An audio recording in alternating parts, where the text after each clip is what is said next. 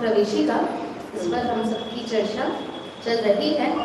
50 करीब तक के जो हमारे प्रश्न हैं वो पूरे हो गए हैं। तो आज हम सरप्राइज टेस्ट ले रहे हैं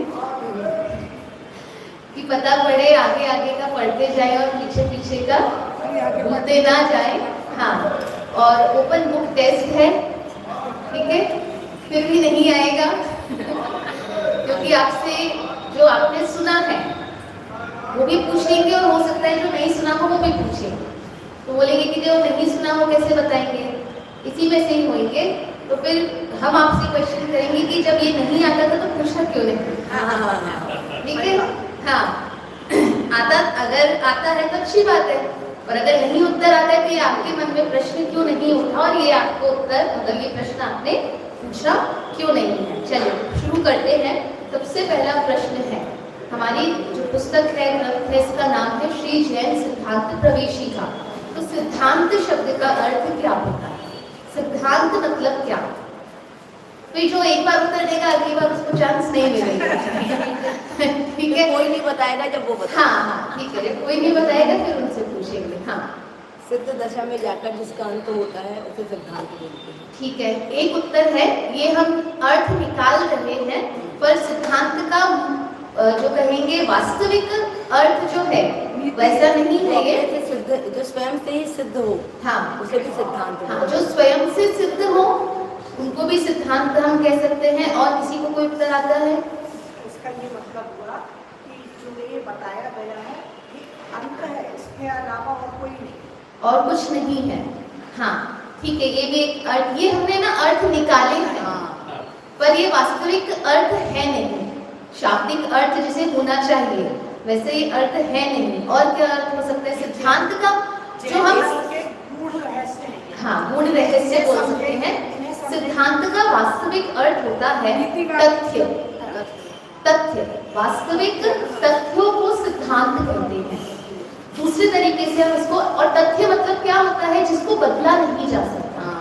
जो बात तथ्यात्मक है, सत्य है, वास्तविक है और यथार्थ है, अब इसमें कुछ बदलने की गुंजाइश नहीं बचती है, उनको हम सिद्धांत कहते हैं। और शाब्दिक अर्थ से अगर हम देखें तो आपको पता है अंत शब्द का अर्थ क्या होता है? धर्म, धर्म या गुण। ठीक है, हम अनेकांत में जो अंत शब्द पढ़ते हैं तो उसमें अंत शब्द का अर्थ होता है धर्म या गुण। तो जो धर्म या गुण, और धर्म का एक अर्थ स्वभाव भी होता है। तो जो धर्म, अर्थ, धर्म कहें, अर्थ कहें, धर्म, गुण, स्वभाव इत्यादि जो सिद्ध है उनको सिद्ध करने की आवश्यकता नहीं है, जो स्वयं से सिद्ध है। और क्योंकि वे स्वयं से सिद्ध है इसलिए तथ्यात्मक है, इसलिए सत्य है, वास्तविक है और यथार्थ है। अगर किसी वस्तु को बाहर से सिद्ध किया जाता है तो वस्तु सदैव उस रूप नहीं रह सकती। उस रूप, हाँ, हमेशा उस रूप वह परिणमित नहीं कर सकती है। कोई वस्तु हमेशा सदैव एक रूप परिणमित कैसे होगी? जब वो स्वयं से सिद्ध होगी। स्वयं से सिद्ध कब हो सकती है? जब उसमें उस रूप धर्म हो, उस रूप स्वभाव हो, उस रूप गुण उसमें विद्यमान हो, तभी वह स्वयं से सिद्ध हो सकती है, अन्यथा उसको सिद्ध नहीं किया जा सकता है।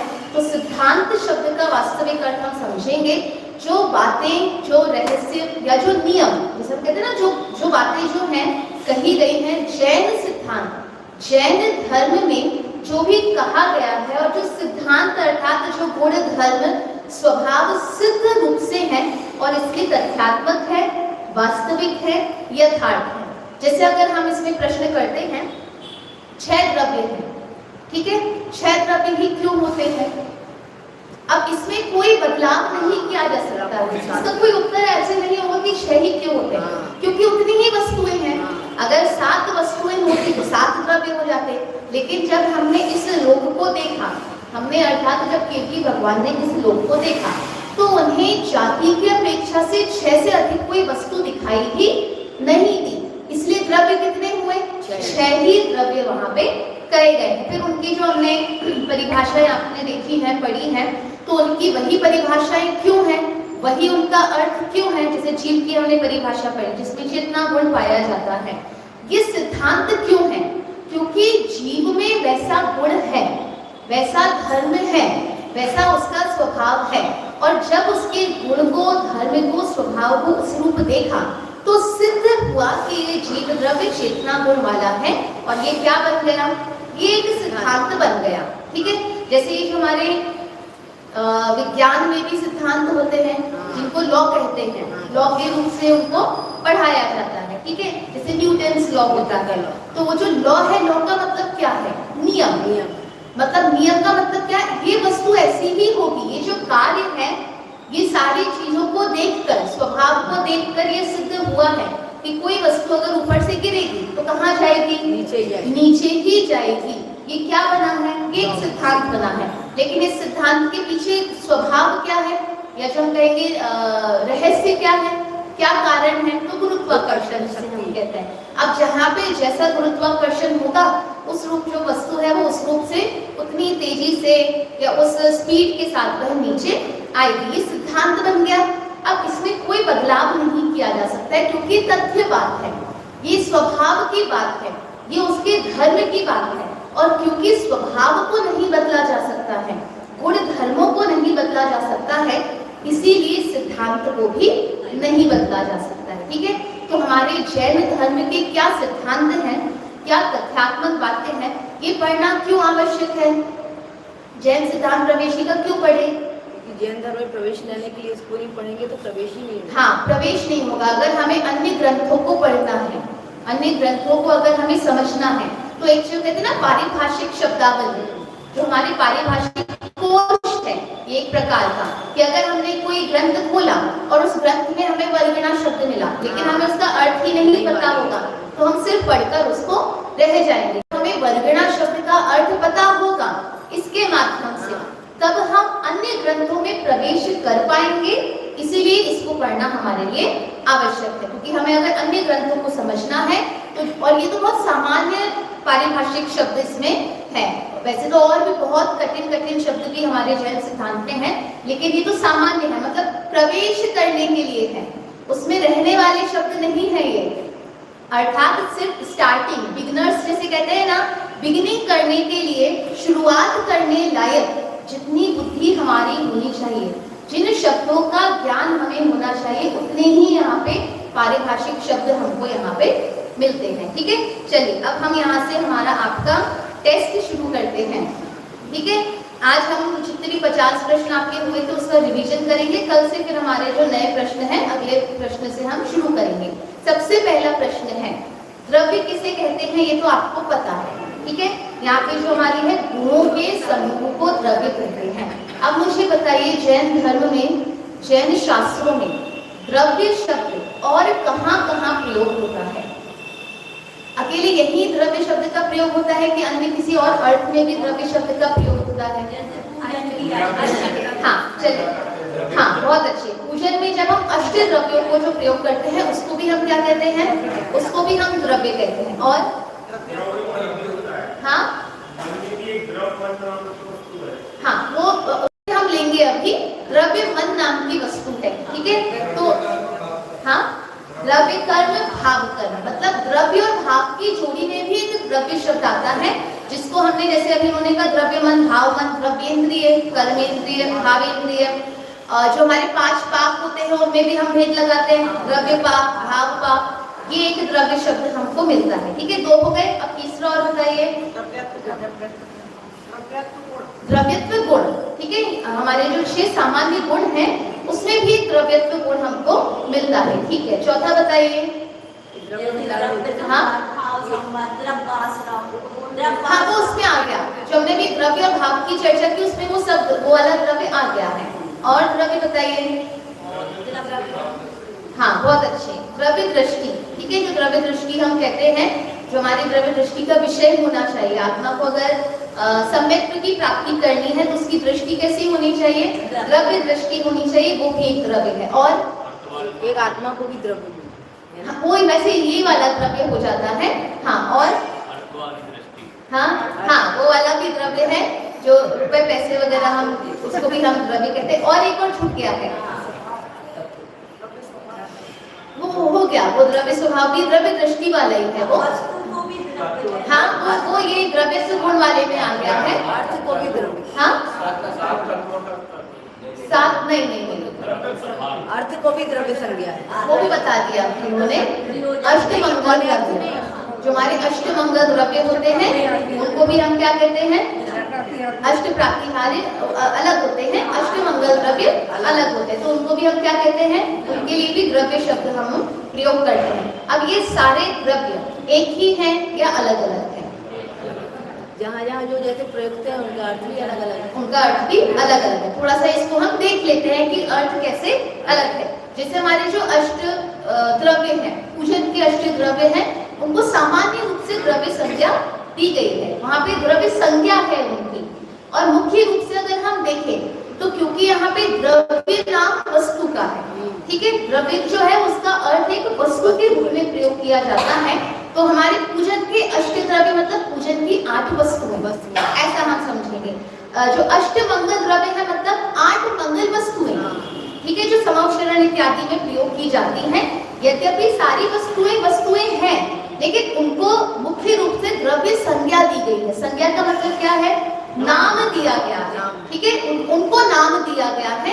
वास्तविकता में तो द्रव्य तो सभी है, वो सामान्य संज्ञा थी, ये उनको क्या दी गई है? विशेष संज्ञा दी गई है। जैसे हम सभी महिलाएं हैं, ये हमारी सामान्य संज्ञा है। और फिर हमारे जो अलग अलग से नाम दिए गए हैं वो क्या है? वो हमारी विशेष संज्ञा है। जैसे मान लीजिए रमा, रमा जो शब्द होता है, रमा का मतलब क्या होता है? स्त्री होता है। तो जो महिला है, जो स्त्री है, उसकी सामान्य संज्ञा क्या है? वो स्त्री है। और रमा उसका क्या है? नाम है, विशेष संज्ञा है। जबकि स्त्री तो सब है, रमा तो सब है, लेकिन उसकी विशेष संज्ञा उसको उस रूप से दी गई है। ऐसे ही अष्ट द्रव्य जो हमारे पूजन के हैं, वस्तु तो वो भी है, लेकिन उसको विशेष संज्ञा भी क्या दी गई है? द्रव्य नाम से ही दी गई है। इसी प्रकार से अष्टमंगल द्रव्य में भी जो है वो क्या दिया गया है? उसी प्रकार से उसको संज्ञा दी गई है। अब आते हैं, हमारी जो बात हो रही है द्रव्य और भाव, ठीक है। यहाँ पे भी द्रव्य और भाव में क्या अंतर है? हाँ, एक पुद्गल की पर्याय है और एक जीव की पर्याय कही गई है, ठीक है।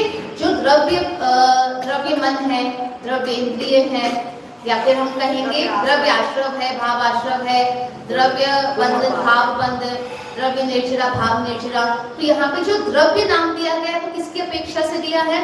पुद्गल की अपेक्षा से। और भाव नाम किसकी अपेक्षा से दिया है? जीव। अच्छा, अब ये जो जीव है ये भी द्रव्य है या नहीं है? तो पुद्गल के लिए तो द्रव्य की संज्ञा दी, लेकिन आत्मा के जो कार्य हो रहा है उसको भाव की संज्ञा दी। तो ऐसा क्यों किया गया है?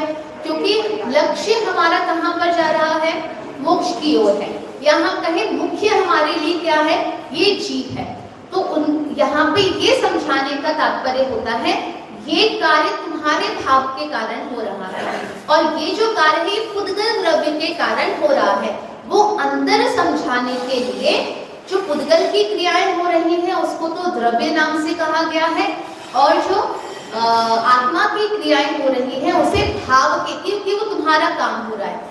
तुम्हारी गलतियां कहाँ हो रही है वो डिफरेंस समझाने के लिए, वह अंतर समझाने के लिए आत्मा के कार्यों को भाव नाम से कहा गया है और पुद्गल के कार्यों को द्रव्य नाम से कहा गया है। ठीक है, यही बात हमारी द्रव्य हिंसा, भाव हिंसा इत्यादि के अंतर्गत भी आती है, जहां पर, या एक और हम इसका अर्थ निकाल सकते हैं, जहां स्थूल रूप से जो हमें दिखाई दे उसको द्रव्य नाम दिया जाता है, और जो हमको दिखाई ना दे उसको भाव नाम दिया जाता है। जैसे द्रव्य हिंसा में क्या होता है, बाहर में स्थूल रूप से हमको दिखाई दे रहा है तो उसको हमने क्या नाम दिया, द्रव्य नाम दिया, द्रव्य हिंसा। अच्छा, झूठ तो दिखाई दे नहीं सकता, ठीक है, तो एक को द्रव्य झूठ और एक को भाव झूठ, ये क्यों नाम दिया कि जो क्रियात्मक हो, हाँ, जो क्रियात्मक हो वो द्रव्य हो। जैसे किसी ने झूठ बोल दिया तो ये तो क्या हो गया, ये पकड़ में आ सकता है ना, ये वाला झूठ किसने बोल दिया है, तो ये वाला द्रव्य, ये वाला झूठ तो क्या हो गया, द्रव्य झूठ, क्योंकि स्थूल है। और जो अंतरंग में हमारे झूठ बोलने के भाव इत्यादि हो रहे हैं उसको हमने क्या नाम दे दिया, भाव नाम दे दिया। चोरी कर ली है तो वो क्या नाम हो गई, द्रव्य चोरी। और अंतरंग में भाव हो रहे हैं किसी पर वस्तु को हरण करने का, तो वो किसकी नाम आ गई, तो भाव चोरी के अंतर्गत आ गया। ठीक है, ये वाला भी द्रव्य हमने समझ लिया। अब हमारा एक और बचता है द्रव्य दृष्टि, जो हमारे दृष्टि का विषय है। इसके अलावा भी हमारा आता है जो स्वचतुष्टय होते हैं, उसमें भी द्रव्य, क्षेत्र, काल, भाव, ये हमारा उसमें भी द्रव्य शब्द आता है। उसमें द्रव्य शब्द का अर्थ क्या है, पदार्थी है, ठीक है, मतलब जिस भी वस्तु को हम ले रहे हैं वही वस्तु उस द्रव्य के अंतर्गत आती है। जैसे जीव को लिया तो जीव का द्रव्य क्षेत्र काल भाव, तो जीव का द्रव्य क्या होगा, उसके गुण पर्याय, ठीक है, मतलब वो जो स्वयं संपूर्ण जो जीव है, वस्तु है, वो उस द्रव्य में आती है।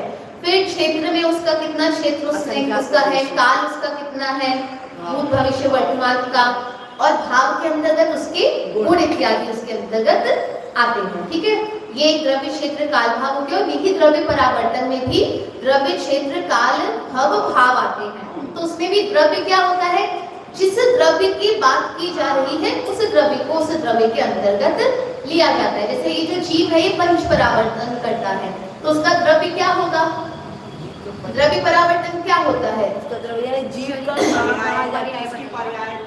हाँ, मतलब द्रव्य परावर्तन ऐसा होता है कि आप जो अभी हैं फिर बहुत सारी अन्य पर्यायों को बदल बदल के पुनः जब ऐसी ही पर्याय आपकी उत्पन्न होगी तो आपका क्या होगा, द्रव्य। आज जैसी वस्तु आप हैं ऐसी ही वस्तु जब आप पुनः बनेंगे, इसी प्रकार का जो भाव या पर्याय है, पुनः भाव नहीं पर्याय, यही पर्याय जब पुनः आपकी आएगी, और वैसी पर्याय आने में बहुत समय लगता है बिल्कुल, क्योंकि आप आज जैसे दिख रहे हो ना ऐसे कल भी नहीं दिख सकते, बल्कि शाम को भी नहीं दिखोगे।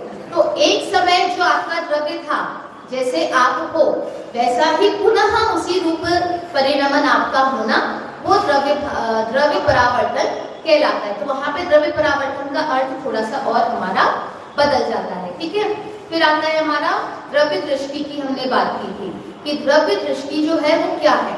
तो द्रव्य दृष्टि के विषय में हम देखते हैं कि जो जीव है उस जीव के दो प्रकार के हम भाव देखते हैं या अवस्थाएं देखते हैं। कभी वो एक भी दिखाई देता है, कभी अनेक भी है, कभी मतलब एक भी है और अनेक भी है। ठीक है, उसके काल की अपेक्षा अगर हम देखें तो कैसा है, नित्य भी है और अनित्य भी वह दिखाई देता है। द्रव्य की अपेक्षा अगर हम देखें तो वह कैसा होता है, नित्य नित्य वैसे द्रव्य के अंतर्गत भी आ जाता है कि जो द्रव्य अभी है, जैसे अभी मनुष्य पर्याय में है, तो ये मनुष्य पर्याय नित्य है कि अनित्य है, अनित्य है। ठीक है, लेकिन जो जीवत्व है, जो चेतनत्व है, चेतना गुण जो हमारे अंदर है, या जो जीव के अनंत गुण है, वो नित्य है कि अनित्य है। तो जीव नित्य भी है और अनित्य भी है। ठीक है, एक भी है और अनेक भी है, असंख्यात प्रदेशी भी है, और अपने जो शरीर प्रमाण भी वह कहलाता है। ठीक है, अनंत गुण पर्यायों वाला भी है और अनंत गुण पर्यायों वाला होते हुए भी अखंड भी है। खंड खंड खंड भी है और अखंड भी है। तो यहाँ पर कहते हैं अगर हमें दृष्टि के आत्मा को दृष्टि का विषय बनाना है तो कौन सी वाली चीज को हम देखें? एक वाले को देखें कि अनेक को, खंड को देखें कि अखंड को, नित्य को देखें कि अनित्य को। तो कहते हैं जो सदा काल रहने वाला है वो देखें, मतलब नित्य, एक, अखंड। ठीक है, इस वाले भाव को हमें देखना है। तो ये वाला जो भाव है नित्य, अखंड, एक और एक और चीज आती है असंख्यात प्रदेशी, शायद अभेद, वो अखंड में ही आ जाता है। वैसे एक द्रव्य क्षेत्र काल भाव की अपेक्षा, हाँ, द्रव्य क्षेत्र काल भाव की अपेक्षा एक, अनेक नहीं, एक, अखंड, नित्य और एक और कोई शब्द आता है मेरे ख्याल से असंख्यात प्रदेशी होना चाहिए। अचल नहीं, अचल नहीं है। इस वाले क्राइटेरिया से आत्मा को देखना, अनेक वाले से नहीं देखना, खंड वाले से नहीं देखना, भेद वाले से नहीं देखना, अनित्य वाले से नहीं देखना। ये वाले क्राइटेरिया से जब हम देखते हैं तो उसको द्रव्य दृष्टि का विषय कहते हैं। ये दृष्टि का विषय हमारे जीव द्रव्य को जब देखना है अर्थात जानना है, अनुभूति उसकी करनी है, तो ये क्राइटेरिया से देखना, इसी को क्या कहा गया है? दृष्टि का विषय। इसी को द्रव्य दृष्टि कहते हैं। तो यहाँ पे द्रव्य दृष्टि का अर्थ थोड़ा सा और हमारा क्या हो जाता है? बदल जाता है। यद्यपि यहाँ पे द्रव्य का अर्थ वही है, द्रव्य का जो वास्तविक स्वरूप है, अखंड, अभेद, एक और नित्य, ये उसका वास्तविक स्वरूप है। उस रूप से ही उसको देखना, क्योंकि बाकी जो अन्य है वो तो क्या है? क्षणिक पर्याय है, बदलती रहती है। अगर उनके ऊपर हमारी दृष्टि होगी तो वो तो तुरंत बदल गया, फिर हमारा विषय जो होगा वो क्या हो जाएगा? बदल जाएगा। इसलिए उसको दृष्टि के विषय में नहीं लिया गया। ये भी एक द्रव्य शब्द का अर्थ होता है। ठीक है, तो ऐसे हमने देखा कि द्रव्य के कितने कितने अर्थ हमको मिलते हैं। अब अगला प्रश्न मेरा है, हमारे पास दो परिभाषाएं हैं।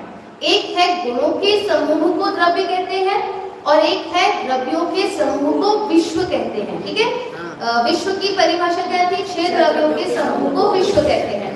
और द्रव्य की परिभाषा क्या है? गुणों के समूह को विश्व द्रव्य कहते हैं।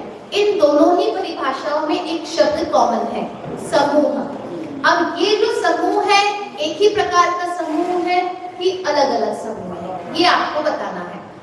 एक 6 द्रव्यों का समूह, ये एक समूह, और एक जगह गुणों का समूह, ये समूह। दोनों समूह में अंतर क्या है ये आपको बताना है। एक जगह द्रव्य लगा देते। देखिए, हमारे जब हम कराते हैं क्या कहते हैं, प्रशिक्षण होता है, तो वहाँ पे पहला नियम होता है कि प्रश्न सामूहिक होते हैं, उत्तर व्यक्तिगत होते हैं। ठीक है, तो आप हैंड रेज करेंगे, हम पूछेंगे। हाँ, आप बताइए।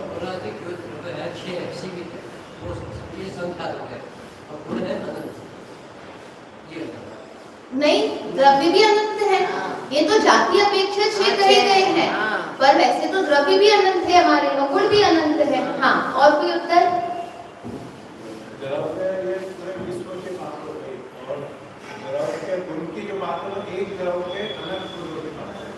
हाँ, ऐसा हम समझ सकते हैं, जो द्रव्य है पूरे विश्व में, लोक में फैले हुए हैं, लेकिन जो गुण है वो उस द्रव्य में, लेकिन द्रव्य में भी फैले हुए हैं। जैसे द्रव्य लोक में फैले हुए हैं, वैसे ही जो गुण है वो भी क्या है? लोक में फैले हुए हैं, लेकिन फिर भी दोनों समूह में अंतर है। क्या अंतर है? हाँ, गुण, जो जीव में जो गुण है वो एक में है, तो वो समूह मतलब अलग अलग विश्व में जो हमको द्रव्य दिखते हैं वो अलग अलग दिखते हैं। हाँ, तो वो मिला के विश्व बनता है। और जो जीव में अनंत गुण है वो एक साथ है, तो उनका समूह एक साथ का समूह है, और वो अलग अलग भी समूह है। बहुत अच्छा, इसको हाँ बड़े बता रहे हैं। ये जो गुण वाला समूह है, वो द्रव्य मतलब अखंड रूप से जो बोल रहे हो, एक ही क्षेत्र में होता है, मतलब आत्मा के क्षेत्र में है, और ये क्षेत्र विश्व वाला जो समूह दिखता है वो हाँ, पूरे विश्व में है। पूरे विश्व में है। जैसे वो भी उत्तर हम समझ सकते हैं कि पूरे विश्व में फैले हुए जैसे हैं, लेकिन जो आत्मा के या जीव के जो द्रव्य के जो गुण है वो एक में एक हैं। इसको हम ऐसे समझते हैं। जैसे हमने एक बर्तन लिया या जार लिया, उसमें बहुत सारी अलग अलग प्रकार की चीजें हमने डाली, यद्यपि वो मिक्स हो गई हैं, लेकिन फिर भी वो एक में एक नहीं हुई है, उनको अलग किया जा सकता है। अलग अलग में क्या हो सकती है? हो सकती है। जैसे हम लोक का एक प्रदेश लें, कोई भी एक प्रदेश अगर हम लोक का लें, उस एक प्रदेश में छहों द्रव्य है या नहीं है? है। एक प्रदेश में भी 6 के 6 द्रव्य हमको मिलते हैं, लेकिन उस प्रदेश से उस द्रव्यों को अलग किया जा सकता है, वो एक में कभी नहीं हुए हैं। जैसे मान लीजिए धर्म अधर्म आकाश तो उसी जगह है, क्योंकि उनमें क्रियावती शक्ति नहीं, तो हम उनको अलग करके नहीं रख सकते, लेकिन उस प्रदेश से जीव को अलग कर सकते हैं, उस प्रदेश से पुद्गल को अलग किया जा सकता है, उस स्थान से, मतलब उस स्थान पे जो जीव था वो उस धर्म से अलग हो गया, उस स्थान के धर्म द्रव्य से, उस स्थान के अधर्म द्रव्य से अलग हो गया, उस स्थान के आकाश द्रव्य से वो क्या हो सकता है? अलग किया जा सकता है। तो यहाँ पे वो एक ही स्थान पर होते हुए भी कैसे है? अभी भी भिन्न भिन्न है, अभी भी, इसलिए कहते हैं ना, वो एक जो स्वचतुष्टय है, परचतुष्टय, वो एक में एक सदा काल रहते हुए भी वो कभी भी एक रूप नहीं हो सकता है। लेकिन जिस एक प्रदेश पर, आत्मा के जिस एक प्रदेश पर अनंत गुण है, उस जगह से उन अनंत गुणों को अलग किया जा सकता है क्या? कि नहीं किया जा सकता है। तो वहां पर जो समूह है वो तादात्म्य रूप का समूह है, मतलब जितने भी अनंत गुण है वो कैसे हो चुके हैं? तादात्म्य रूप से हो चुके हैं। हमने मान लीजिए हमने एक बर्तन में, जैसे हमने कहा, हमने सूखे ये जो अनाज वगैरह है, अलग अलग टाइप के 6 अनाज है, वो हमने क्या कर दिए? हमने डाल दिए। अभी अलग किए जा सकते हैं? हाँ, किए जा सकते हैं, क्योंकि सूखे हैं, टाइम लगेगा, लेकिन क्या हो सकता है? उनको अलग अलग किया जा सकता है। लेकिन अगर हमने एक आटा बना दिया, आटा बना दिया मान लीजिए, ठीक है, अब आटा बन गया है, अब उसको अलग कर सकते हैं कि नहीं कर सकते? हमने शिकंजी बनाई, तो शिकंजी में से एक बूंद हमने रखी, उस बूंद में नींबू भी है, पानी भी है, शक्कर भी है, नमक भी, अलग अलग कर सकते हैं अब उसे? क्योंकि वो कैसी हो चुकी है? वो पूरी तरीके से एक में एक हो चुकी है। तो यद्यपि दोनों समूह हैं, 6 द्रव्यों का समूह भी समूह है और गुणों का समूह भी समूह है, लेकिन दोनों समूह में अंतर है। 6 द्रव्यों के समूह का मतलब है कि वो एक दूसरे के एक क्षेत्र अवगाहन से रह रहे हैं, इसलिए उसको समूह नाम दे दिया गया है। और यहाँ पे तादात्म्य रूप से रह रहे हैं, एक में होकर रह रहे हैं, वो उस रूप से समूह नाम उसको दिया गया है। ठीक है, तो 6 द्रव्यों का समूह भी क्या कहलाएगा? विश्व कहलाता है, और गुणों के समूह को क्या कहते हैं? द्रव्य हम कहते हैं। ठीक है, अब अगला प्रश्न मेरा है, आपको बताना है सामान्य गुण और विशेष गुण में अंतर। ठीक है, सामान्य गुण और विशेष गुण में क्या अंतर होता है? हाँ, पीछे से बताइए।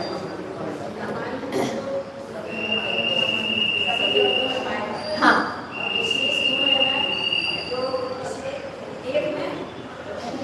अपने अपने द्रव्यों में विशेष रूप से पाए जाए, जो शेष में नहीं पाए जाए वो विशेष गुण। ठीक है, मतलब अपने द्रव्य को छोड़कर शेष द्रव्यों में नहीं पाए जाते हैं, उनको हम क्या कहते हैं? विशेष गुण। सामान्य गुण कितने होते हैं? गलत।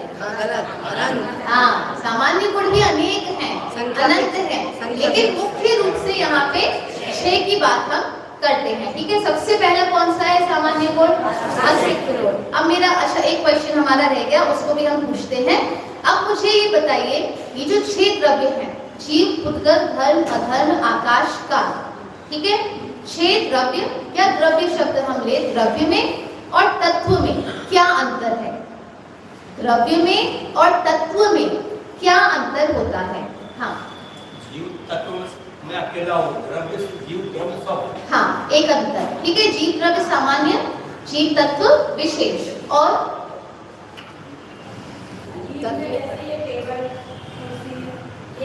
हाँ, नहीं, ये भी पुद्गली तो है। हाँ, स्पर्श, हाँ, पुद्गल में स्पर्श रस रहेगा, और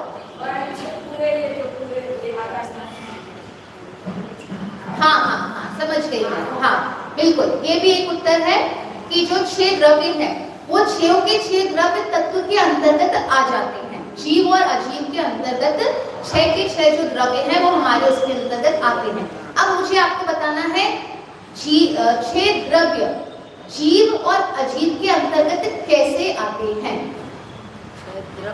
6 द्रव्य 7 तत्वों के अंदर या कहें जीव अजीव के अंतर्गत कैसे आते हैं, ये बताना है। हाँ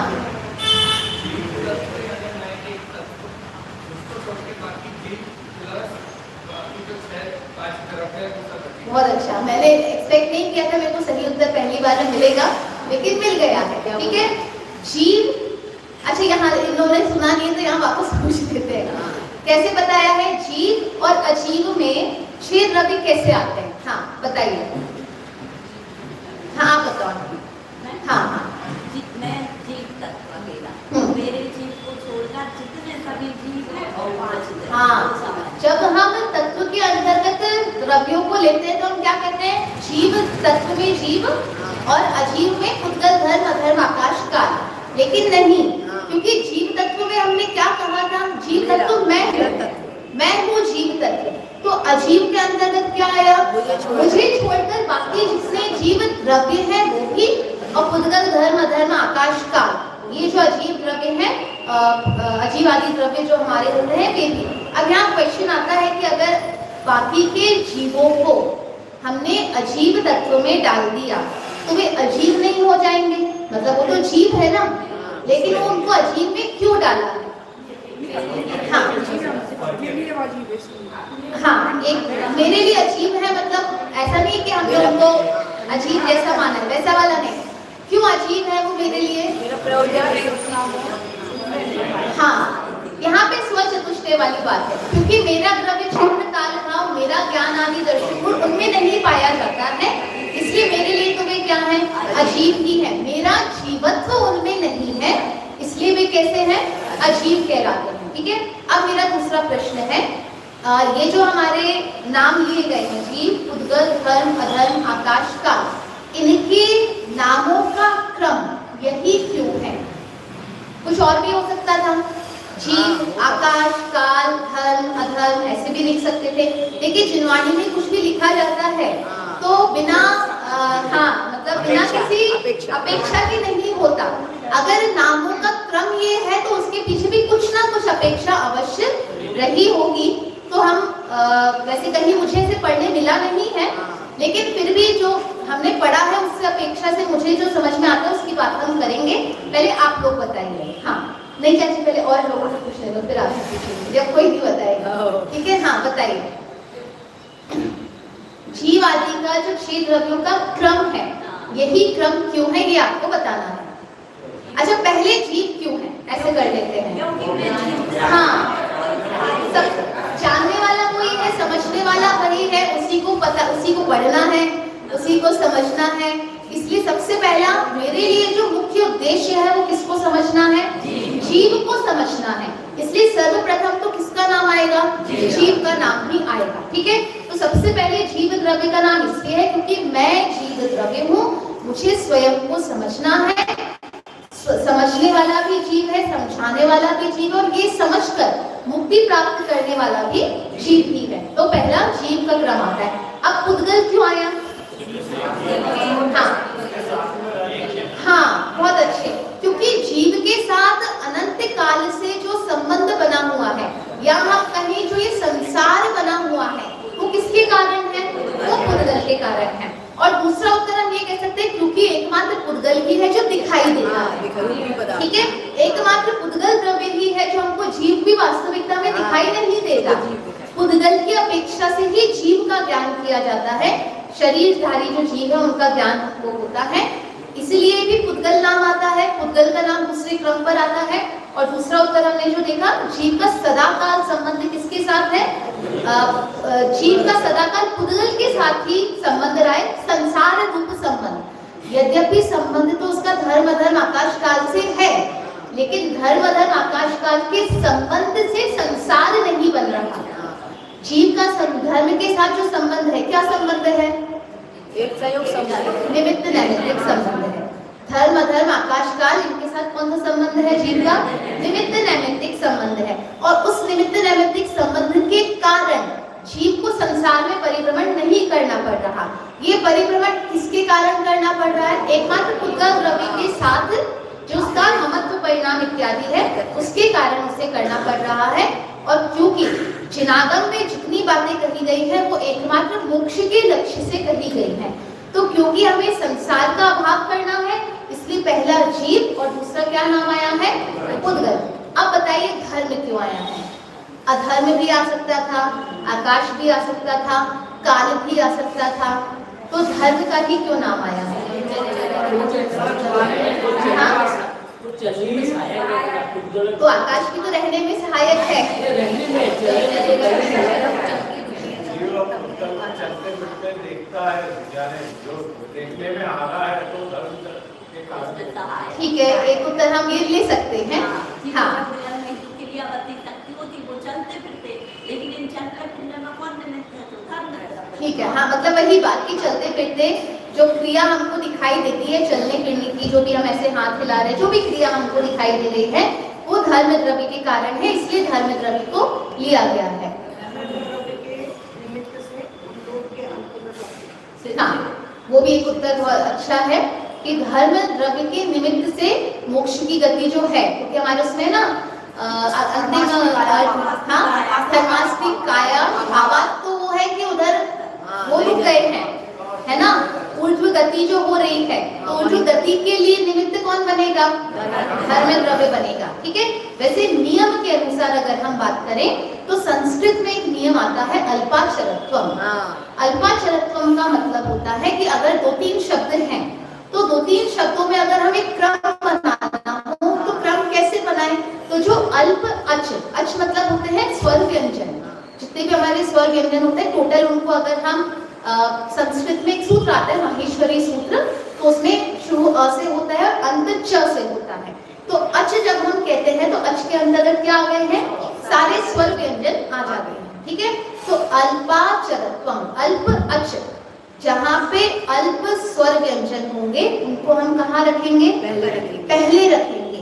जैसे हम कहते हैं राम लक्ष्मण, तो हमने राम पहले इसलिए तो रखा है कि बड़े भाई थे, लेकिन इसलिए भी रखा है कि वो छोटा कम अक्षर वाला है। राम मोहन जैसे हमने कहा, तो अब मान लीजिए दो भाई हैं राम और मोहन और दोनों जुड़वा हैं, तो पहले किसको बुलाएंगे? मतलब नाम लिखना होगा तो किसका लिखेंगे? जो नाम, जो शब्द अक्षर जिसमें कम होंगे वो पहले लिखा जाएगा, जो बाद में जो ज्यादा बड़ा अक्षर होगा पहले तो नियम लगेगा कि मुख्य क्या है।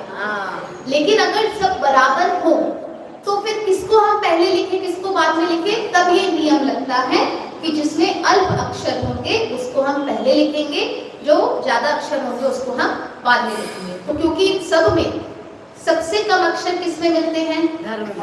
नहीं, काल में भी है। ठीक है, तो काल को भी रख सकते थे, धर्म को ही क्यों रखा? तो काल को तो इसलिए सबसे अंत में रखा है क्योंकि वो अनस्तिकाय है। ठीक है, क्योंकि हमें द्रव्य के 2 भेद बनाने थे, अस्तिकाय और अनस्तिकाय।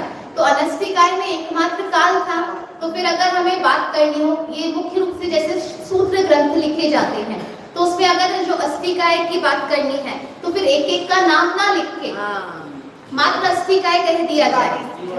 जीवादि तक, हाँ जीवादि काय है ना, हाँ जीवास्तिकाय जैसे हमने कहा, तो उसमें क्या हो गए? अपने आप ही जीव पुद्गल धर्म अधर्म आकाश आ गए, क्योंकि काल को अंत में रखा था तो उस कैटेगरी में या उस समूह में वो नहीं आया, तो इसीलिए तो काल को तो क्या किया गया है? सबसे अंत में रखा गया है क्योंकि वो अनस्तिकाय है। जो हमने कहा ना, अब यहाँ पे सबसे पहले मुख्यता गौणता या अन्य नियमों के माध्यम से क्रम बनाया जाएगा। जब कोई नियम नहीं होगा तब अल्पाक्षरत्व नियम लगाते हैं कि जो अल्प अक्षर वाले होंगे उसको हम पहले रखेंगे। तो काय तो वैसे ही सबसे आखिरी में चला गया। अब जो बचे थे उसमें जीव पुद्गल हो गया, क्योंकि जीव में भी 2 ही थे, लेकिन जीव पहले नंबर पे आ गया। 3 ही बचे, धर्म अधर्म और आकाश। ठीक है, तो उसमें सबसे कम अक्षर किसमें थे? धर्म में, इसलिए धर्म को रख दिया गया। अब धर्म की जोड़ी किससे है? अधर्म से है, क्योंकि अधर्म और आकाश में भी बराबर के अक्षर है एक प्रकार से, तो आकाश को भी रख सकते सकते थे, लेकिन धर्म की जोड़ी किसके साथ बनी है? अधर्म के साथ बनी है। धर्म चलने में निमित्त है तो अधर्म रुकने में निमित्त है, इसलिए धर्म के बाद क्या आया? अधर्म। अब क्या बचा? अंत में आकाश बचा था, इसलिए भी आकाश है। दूसरा, क्योंकि सारे द्रव्य आकाश के आधार पर हैं, जो लोक है वो किसके आधार पर है? आकाश के आधार पर, वैसे कहते वात वलय के आधार पर है, ठीक है। मतलब तनु वात वलय, घन वात वलय, घनोदधि वात वलय, तो जो लोक है वो कहते तनु वात वलय के आधार पर है। तनु वात वलय घन वात वलय के आधार पर है, घन वात वलय घनोदधि वात वलय के आधार पर है, और घनोदधि वात वलय आकाश के आधार पर है, और आकाश अपने आधार पर है, ठीक है। आकाश की कोई आधार की आवश्यकता नहीं है, वो स्वयं के आधार पर है, और निश्चय से प्रत्येक द्रव्य भी स्वयं के आधार पर है। निमित्त से या व्यवहार से उनको आकाश आदि द्रव्य के आधार पर कह दिया जाता है, ठीक है। तो इसलिए आकाश सबसे अंत में आता है, क्योंकि वो सबसे बड़ा भी है और सारे द्रव्य भी उसके आधार पर रहते हैं। और काल क्यों अंत में आया है? हाँ, क्योंकि वो बाकी द्रव्यों से भिन्न है, अस्थिकाय के रूप में है, इसलिए उसको किस में लिया गया है? काल द्रव्य के अंदर, काल में लास्ट में उसको लिया गया है, ठीक है। ये हमारे 6 द्रव्यों के क्रम की हमने बात की है। अब हम बात कर रहे थे सामान्य गुणों की चर्चा पर हम आए थे। यहाँ पर भी हम पूछते हैं, सबसे पहले अस्तित्व गुण को क्यों लिया गया है? सामान्य गुण में सबसे पहले अस्तित्व गुण का नाम क्यों है? सत्ता है, तो क्या होगा सत्ता से? हाँ, मतलब जब हमें किसी वस्तु के बारे में बात करनी हो तो सबसे पहले तो क्या करना पड़ेगा? उसकी सत्ता, वो वस्तु है, ये सिद्ध करना पड़ेगा, तब हम उसके बारे में आगे की बात कर सकते हैं। इसलिए जब द्रव्य का लक्षण कहा तो क्या कहा? सत्य द्रव्य लक्षण, क्योंकि जब तक द्रव्य की सत्ता ही सिद्ध नहीं कर पाएंगे तब तक द्रव्य और कैसा है वो हम क्या बताएंगे। इसलिए सबसे पहला गुण कौन सा लिया गया? अस्तित्व गुण। अस्तित्व गुण को जानने से क्या लाभ है? मैं कभी मरता नहीं, हाँ, मेरा कभी नाश नहीं हो सकता है, मुझे कोई मार नहीं सकता है, कुछ बिगाड़ नहीं सकता है। एक लाभ तो ये है। दूसरा लाभ क्या है? इससे मैं निर्भय हो जाते हैं कि मेरा कोई कुछ बिगाड़ नहीं सकता है, तो निर्भय हो जाते हैं। तीसरा, निर्भर हो जाते हैं कि हमको अब कुछ अपने को बचाने के लिए, अपनी रक्षा के लिए, अपनी सत्ता को बनाए रखने के लिए हमें कुछ करने की आवश्यकता नहीं है। एक और है, हमने ये तो कह दिया कि मेरा कोई नाश नहीं कर सकता, लेकिन मैं अन्य का भी नहीं कर सकता हूँ। हाँ, उत्पन्न भी नहीं कर सकता हूँ और नष्ट भी नहीं कर सकता हूँ। अस्तित्व गुण इसलिए सबसे पहले आता है, एक तो इससे द्रव्य की सत्ता सिद्ध होती ही है, ये भी सिद्ध होता है कि इसीलिए अस्तित्व गुण के कारण ही 6 द्रव्य हैं, क्योंकि इतने ही गुणों में क्या है? सत्ता है। अगर अस्तित्व गुण नहीं होता तो 6 द्रव्य से कम भी हो सकते थे और 6 द्रव्य से ज्यादा भी हो सकते थे, लेकिन सत्ता क्या कहती है? ये ही है, ना इससे अधिक द्रव्य हो सकते हैं ना इससे कम हो सकते हैं। अधिक क्यों नहीं हो सकते? क्योंकि उनमें ऐसी किसी वस्तु की सत्ता ही नहीं है, किसी वस्तु में ऐसा अस्तित्व गुण ही नहीं है, इसलिए 6 के 7 द्रव्य नहीं हो सकते। और 6 के 5 द्रव्य और 4 द्रव्य क्यों नहीं हो सकते? क्योंकि 6 की सत्ता है। हाँ, क्योंकि 6 में ही अस्तित्व गुण है, और अस्तित्व गुण कहता है कि इनकी अस्थि सत्ता हमेशा क्या रहेगी? बनी ही रहेगी, इसलिए अस्तित्व गुण सबसे पहला गुण दिया गया है। फिर हमारे जो दूसरे हैं, सबका कुछ ना कुछ काम है। एक जो कहा था द्रव्यत्व गुण भी द्रव्य है, तो द्रव्यत्व गुण के कारण ही द्रव्य संज्ञा इस वस्तु को मिलती है। द्रव्यत्व गुण क्या कहता है? द्रव्य का निरंतर परिणमन होता रहे। अस्तित्व गुण के कारण द्रव्य को क्या कहते हैं? अस्तित्व गुण के कारण द्रव्य को क्या कहते हैं? सत कहते हैं। वस्तुत्व गुण के कारण क्या कहते हैं? वस्तु कहते हैं। वस्तु का मतलब यहाँ पे कह रहे हैं, अगला जो गुण लिया मतलब क्या कहते हैं? अर्थ क्रिया कार्य। इसका मतलब है कि जो वस्तुएं हैं, 6 द्रव्य हमको इस विश्व में दिखाई दे रहे हैं, कोई भी द्रव्य यूजलेस नहीं है, उनका काम पता है। जैसे हम कहीं जाएंगे तो उनसे सबसे पहले क्या पूछेंगे? आपका नाम क्या है? आपका नाम आपकी सत्ता है, ऐसा समझ लीजिए, ठीक है। आप कौन है? ये आपका नाम क्या है? ये आपकी क्या है? सत्ता है। अगला क्वेश्चन क्या होता है, आप क्या करते हो, क्या काम करते हो। अगला प्रश्न क्या होगा, आप क्या काम करते हैं? आप क्या करते हैं। तो द्रव्य के लिए सबसे पहला उसका नाम, मतलब सत्ता, एग्जिस्टेंस, उसकी स्थिति हम बताते हैं कि वो कैसा है, वो है। तो अगली चीज क्या आएगी, क्या काम करते क्या काम करते हो। तो उसका क्या काम है कि प्रत्येक द्रव्य का कोई ना कोई काम अवश्य है। कोई भी द्रव्य निरर्थक नहीं है, क्योंकि कोई भी द्रव्य निरर्थक नहीं है और मैं भी एक द्रव्य हूँ, तो मैं भी निरर्थक नहीं हूँ। हमें अगर कोई घर में गए तुम किसी काम के नहीं हो तो उनको क्या बता दें, मैं एक द्रव्य हूँ और मेरे अंदर कौन सा गुण है, हाँ वस्तुत्व गुण है। और वस्तुत्व गुण कहता है कोई भी निरर्थक नहीं है, तो मैं भी निरर्थक नहीं हूँ। मेरा भी कुछ ना कुछ काम अवश्य है, चाहे घर में बैठने का है लेकिन है, ठीक है। तो वस्तुत्व गुण कहता है कोई ना कोई काम अवश्य यह जीव, ये द्रव्य करता है, ठीक है। फिर तीसरा क्या है, द्रव्यत्व गुण। द्रव्यत्व गुण क्या कहते हैं कि भाई अपन से किसी ने पूछा आप क्या करते हैं, तो उन्होंने बताया करते हैं। बस यही करते हैं क्या, कि नहीं भाई दिन भर और भी काम रहते हैं। जैसे हम आपसे पूछे आप लोग क्या करते हो, तो आप बोलोगे हम खाना बनाते हैं। दिन भर खाना बनाते हैं क्या, दिवाली की सफाई दिन भर करते हैं क्या, है ना। दिवाली की सफाई के बीच में और भी अन्य अन्य काम होते हैं। मतलब हमारा एक ही काम नहीं है, या एक ही काम जो हमारा है वो निरंतर एक रूप नहीं रहता है, उसमें निरंतर क्या होते रहते हैं, परिणमन होते हैं। द्रव्य का मतलब ही होता है जो द्रवित होता रहे, निरंतर वो द्रवित रूप से परिणमन उसका होता रहे, वही द्रव्यत्व गुण हमारा होता है। अब कहते हैं भाई आपको जब किसी के बारे में पता करना हो तो हम क्या कहते हैं, आप लोग उनको जानते हैं क्या, उनको जानते हैं क्या। इसका मतलब भाई कोई आपकी पहचान है भी कि नहीं है। तो इसलिए यहाँ क्या आया, प्रमेयत्व गुण। प्रमेयत्व गुण क्या कहता है, भाई कोई भी द्रव्य अननोन नहीं है, हर द्रव्य किसी ना किसी के ज्ञान का विषय अवश्य बनता है। किसके ज्ञान का विषय बनता है, सारे द्रव्य तो किसके ज्ञान के विषय बनते हैं, सर्वज्ञ देव के। और किसी ना किसी के ज्ञान में, किसी एक के भी ज्ञान में आया तो मतलब उनके अंदर क्या है, मतलब वो किसी ना किसी ज्ञान में आने योग्य है। ज्ञान में आने योग्य होने की शक्ति ही क्या है, प्रमेयत्व गुण हमारी कहलाती है। अगला क्या था, अगुरु लघुत्व गुण। अब इस शब्द का अर्थ बताइए मुझे। अगुरु लघुत्व मतलब क्या होता है, ना छोटा ना बड़ा।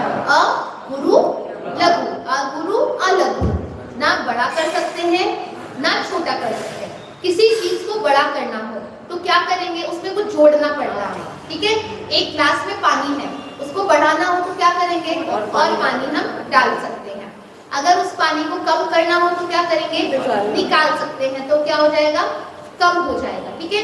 कोई कपड़ा है, कपड़े को बढ़ाना हो तो क्या करें, जोड़ दें उसमें, और छोटा करना है तो उसको कटिंग कर दें, ठीक है। तो उसको छोटा बड़ा कर सकते हैं। द्रव्य को कर सकते हैं क्या, तो अगर उसको द्रव्य को बढ़ाना हो तो क्या करना होगा, कुछ गुण उसके अंदर डालने पड़ेंगे तो वो बढ़ेगा, ठीक है। और अगर छोटा करना हो तो क्या करेंगे, कुछ गुण उसमें से निकालना पड़ेगा, तब वो क्या हो सकता है, तब वो छोटा हो सकता है।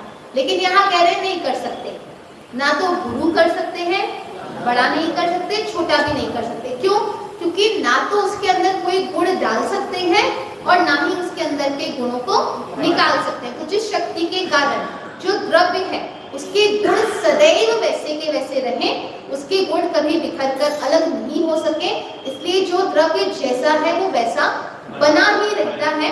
ये अगुरु लघुत्व गुण कहता है। एक द्रव्य दूसरे द्रव्य रूप भी नहीं होगा, एक गुण भी दूसरे गुण रूप नहीं होगा। एक द्रव्य दूसरे द्रव्य रूप हो गया, जीव द्रव्य पुद्गल द्रव्य रूप हो गया, तो कितने द्रव्य बचे, 5 ही बचे, ठीक है। तो ऐसा भी नहीं होगा, कम भी नहीं कर सकते।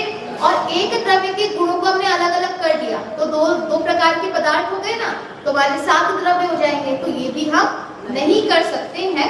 इसलिए अगुरु लघुत्व गुण कहता है जैसे जो द्रव्य है वो उस रूप ही विद्यमान रहते हैं। और प्रदेशत्व गुण क्या कहता है, कोई ना कोई आकार अवश्य होता है, मतलब कोई ना कोई आकार जैसा वो द्रव्य है, चाहे लोक का आकार हो, चाहे जिस वस्तु के अंदर वह निर्मित हो, जिस प्रकार का भी वह होगा, उसका कोई ना कोई आकार अवश्य होगा।